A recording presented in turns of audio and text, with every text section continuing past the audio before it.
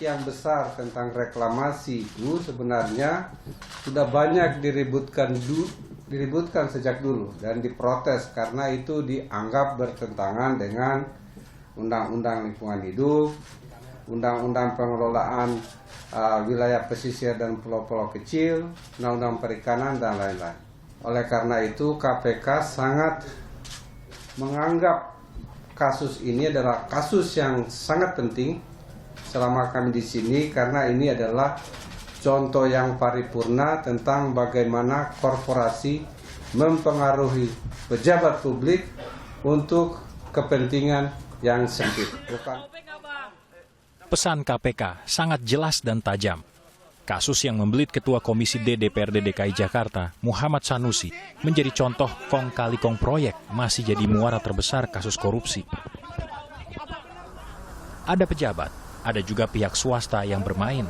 Tak tanggung-tanggung, levelnya sekelas Presiden Direktur PT Agung Podomoro Land, yakni Arisman Wijaya, yang dituding sebagai pihak yang memulai penyuapan. Bahwa kan inisiatornya ini kan dimulai dari seorang pengusaha dulu.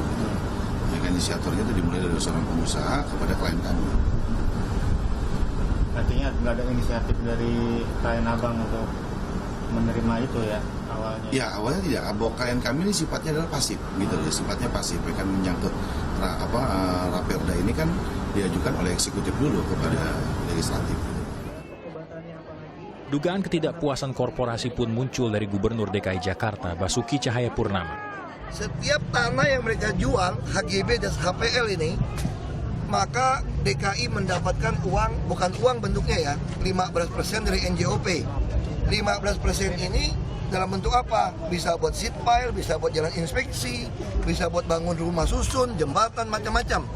Nah kelihatannya kawan-kawan situ tuh kurang senang soal 15% ini. Mereka beberapa kali ada tulis ngomong dengan Bapeda, kenapa nggak hitung 5% aja? Tapi kalau 5% namanya disra dong, tukar dong. Disra saya nggak mau. Berarti saya bangun jalan inspeksi keruk sungai dibayar dari jatah 5%, nggak mau dong. Itu namanya saya jual tanah, bangun. Saya bisa dipenjara kalau begitu. Berbeda dengan Ahok, Dewan Daerah Walhi Jakarta justru mempertanyakan izin reklamasi yang diberikan Pemprov DKI Jakarta tanpa ada izin prinsip dan izin lingkungan. Di saat kami mendorong eksekutif dalam hal ini gubernur untuk meminta mana izin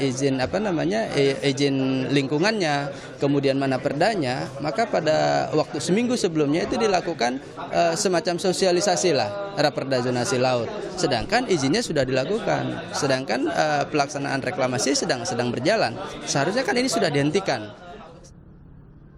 Sementara kasus ini berjalan, pembangunan proyek reklamasi PT Agung Podomoro Land di pantai utara Jakarta masih terus berlangsung. Di atas tanah reklamasi ini, sejumlah bangunan untuk tempat tinggal dan sentra bisnis direncanakan akan dibangun. Tim Liputan Kompas TV Jakarta.